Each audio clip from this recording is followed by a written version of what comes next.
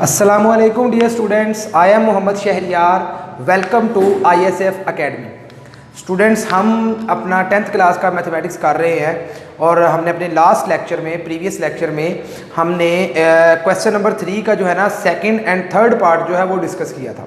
ठीक है, आज हम जो है एक्सरसाइज 1.1 के क्वेश्चन नंबर 3 का फोर्थ और फिफ्थ पार्ट जो है अपने इस लेक्चर में उसको डिस्कस करेंगे। ठीक है, तो आइए स्टूडेंट्स देखते हैं पहले हमारे पास जो क्वेश्चन नंबर 3 का फोर्थ पार्ट है वो हम कैसे सॉल्व करेंगे। ठीक है जी, तो आपको पता है क्वेश्चन नंबर 3 में हम क्या काम कर रहे हैं, हम क्वाड्रेटिक इक्वेशन को सॉल्व कर रहे हैं बाय कंप्लीटिंग स्क्वायर। ठीक है जी, तो इसका फोर्थ पार्ट जो है वो हमारे पास है LX square plus MX plus N is equal to 0।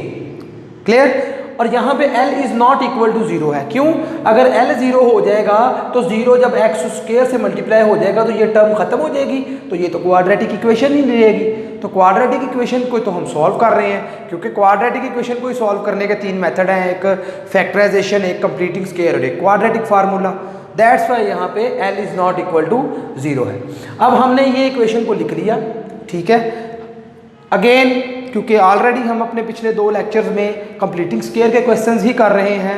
ठीक है, तो आज मैं आपको फिर थोड़ा सा ओवरव्यू देता हूं अगेन के स्टेप नंबर 1 हमारे पास क्या होता है, जो भी x स्क्वायर के साथ कोएफिशिएंट होता है उसको हमने ख़त्म करना होता है। जो भी x स्क्वायर के साथ नंबर पड़ा होता है ना, तो x स्क्वायर के साथ यहाँ पे L पड़ा हुआ है, तो स्टेप नंबर 1 है डिवाइडेड बाय L। हम इस इक्वेशन को L से डिवाइड कर देंगे। तो देखिए L बाय L आ गया, यहाँ पे M ओवर L आ गया और यहाँ पे N ओवर L आ गया, is equal to 0 over L आ गया। ठीक है, पूरी इक्वेशन को L से डिवाइड कर दिया।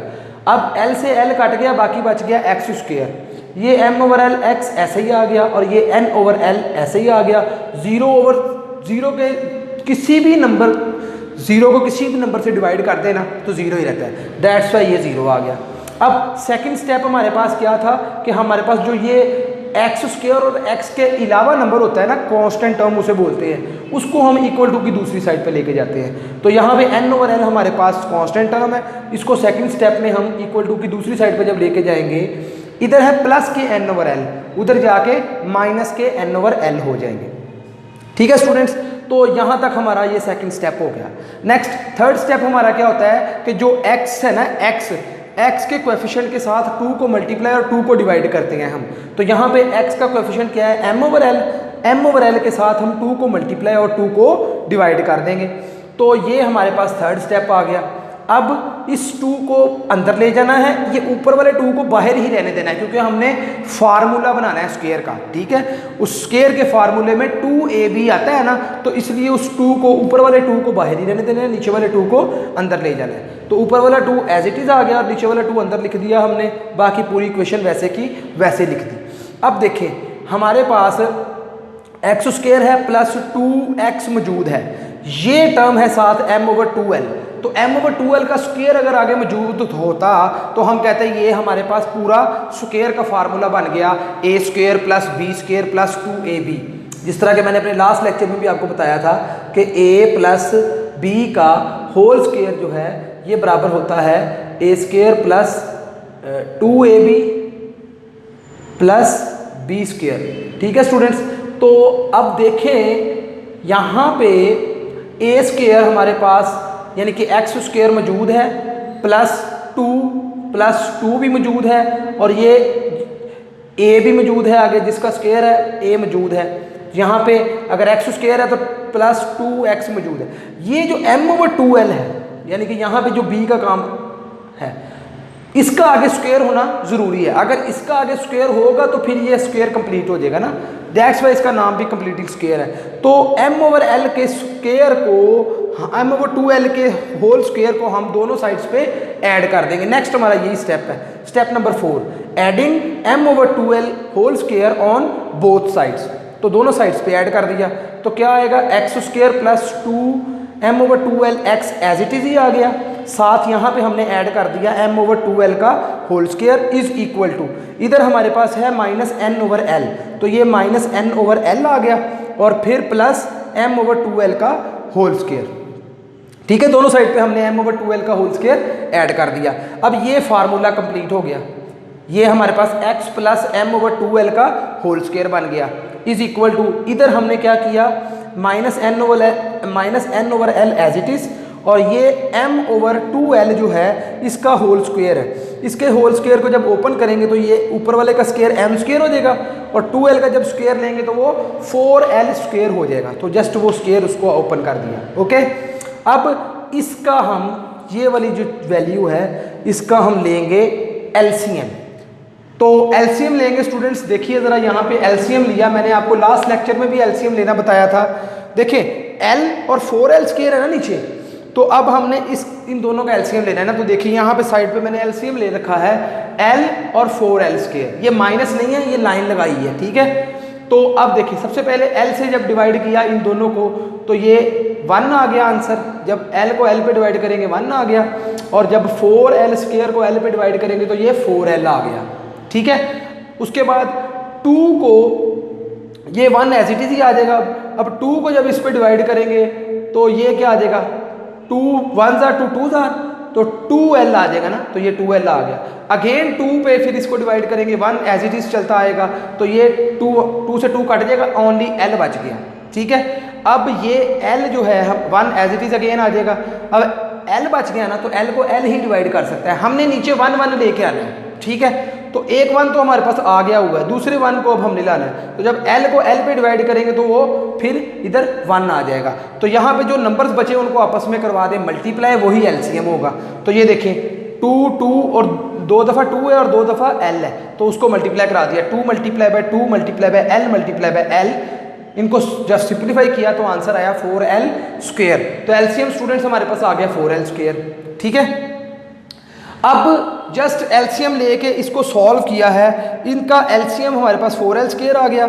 जब इसको 4l स्क्वायर पे मैं डिवाइड करूंगा तो क्या बचेगा, देखिए जब मैं l को 4l स्क्वायर पे डिवाइड करूंगा तो क्या बचेगा, l से l कट जाएगा, 4l बचेगा, ठीक है। इस 4l को ऊपर मल्टीप्लाई करवा दें आप माइनस n के साथ, ठीक है। तो माइनस n के साथ जब 4l को मल्टीप्लाई करवाएंगे तो ये माइनस के 4ln हो जाएगा, फिर दरमियान में क्या है प्लस, फिर जब मैं 4l स्क्वायर को 4l स्क्वायर पे डिवाइड करवाऊंगा तो आंसर आएगा 1, उस 1 को इसके साथ मल्टीप्लाई करा दें m स्क्वायर के साथ, तो ये प्लस के m स्क्वायर आ गया, ठीक है जी। तो ये जस्ट एलसीएम लेके लिख दिया। नेक्स्ट आगे यहाँ पे स्क्वायर है, दोनों साइड पे स्क्वायर रूट ले लें आप। जब दोनों साइड पे स्क्वायर रूट लेंगे तो स्क्वायर रूट से खत्म होकर ये आ गया हमारे पास, और ये प्लस माइनस इस तरह से हमारे पास ये सॉल्व होके आ गया, ठीक है। अब ये प्लस के m ओवर 2l जब उधर जाएंगे तो ये माइनस के m ओवर 2l हो जाएंगे ना, तो यहाँ पे हमारे पास ये x is equal to plus minus ये पूरी वैल्यू एज इट इज, और ये m ओवर 2l उधर जाके माइनस के m ओवर 2l हो गए। अब ये तो आ गया, इस चीज़ को हम यहाँ तक हमने इसको कर लिया। अब हम अगेन एलसीएम लेंगे ना, नीचे 2l है और इधर भी 2l है, तो एलसीएम 2l ही आ जाएगा, ठीक है। और ऊपर वाली values plus minus square root minus 4ln plus m square और minus m as it is आ जाएगी, क्योंकि सेम एलसीएम आ गया नीचे, दोनों के नीचे सेम वैल्यूज है, ठीक है। तो यहाँ तक ये हमारी x की वैल्यूज आ गई। इसको हम ऐसे भी लिख सकते हैं ना, देखें माइनस m है ना, तो माइनस m को मैंने पहले लिख लिया, ठीक है। और ये प्लस माइनस स्क्वायर रूट है ना, तो प्लस माइनस स्क्वायर रूट साथ लिख दिया। अब स्क्वायर रूट के अंदर m स्क्वायर है, चाहे m स्क्वायर को बाद में लिख दो, चाहे m स्क्वायर को पहले लिख दो, कोई फर्क नहीं पड़ता, ठीक है ना। 2 + 5 कर दो, 5 + 2 कर दो, जवाब तो 7 ही है ना। 2 - 5 कर दो, 5 - 2 कर दो, अगर वहाँ पे डिपेंड पे फ़र्क पड़ता है। अगर आपके पास जिस तरह ये देखें, अगर हम कहें कि 5 - 2 है तो जवाब इसका क्या है 3, और अगर इसको मैं इसको ऐसे लिख दूँ -2 + 5, जवाब तो इसका भी 3 है ना। तो इसलिए इस तरह से इनको शिफ्ट करने से कोई फ़र्क नहीं पड़ता। तो इसको फिर मैंने लिख दिया m स्क्वायर - 4ln का स्क्वायर रूट ओवर 2l, ठीक है स्टूडेंट्स। तो ये है हमारे पास क्वेश्चन नंबर 3 का 4th पार्ट। नेक्स्ट अब हम देखते हैं क्वेश्चन नंबर 3 का 5th पार्ट। जी स्टूडेंट्स, तो अब हम जो है क्वेश्चन नंबर 3 का 5th पार्ट देखते हैं। क्वेश्चन नंबर 3 का 5th पार्ट हमारे पास है जी 3x² + 7x = 0। इसको भी हमने कंप्लीट स्क्वायर की मदद से सॉल्व करना है, ठीक है। तो सबसे पहला स्टेप हमारे पास क्या होता है कि जो x² का कोएफिशिएंट होता है ना, यानी कि यहाँ पे एक्स स्क्वायर का कोएफिशिएंट है 3, तो उसको हमने खत्म करना होता है ना। तो स्टेप नंबर 1 में हमने डिवाइडेड बाय 3 कर दिया पूरी इक्वेशन को। जब पूरी इक्वेशन को 3 से डिवाइड करेंगे तो ये आ गया 3/3x plus 7/3x is equal to 0/3। तो ये 3 से 3 कट गया, ये एक्स स्क्वायर हो गया, प्लस 7/3x आ गया इज इक्वल टू 0 आ गया। ठीक है। अब स्टेप नंबर 2 हमारे पास क्या होता था कि x और x स्क्वायर के अलावा जो तीसरी टर्म होती थी जिसे हम कांस्टेंट टर्म बोलते थे, उसको हम इक्वल टू की दूसरी साइड पे लेके जाते थे। यहाँ पे तो एक x वाली टर्म पड़ी है, एक x स्क्वायर वाली पड़ी है, कांस्टेंट टर्म है ही नहीं, तो यहाँ पे वो स्टेप स्किप हो गया।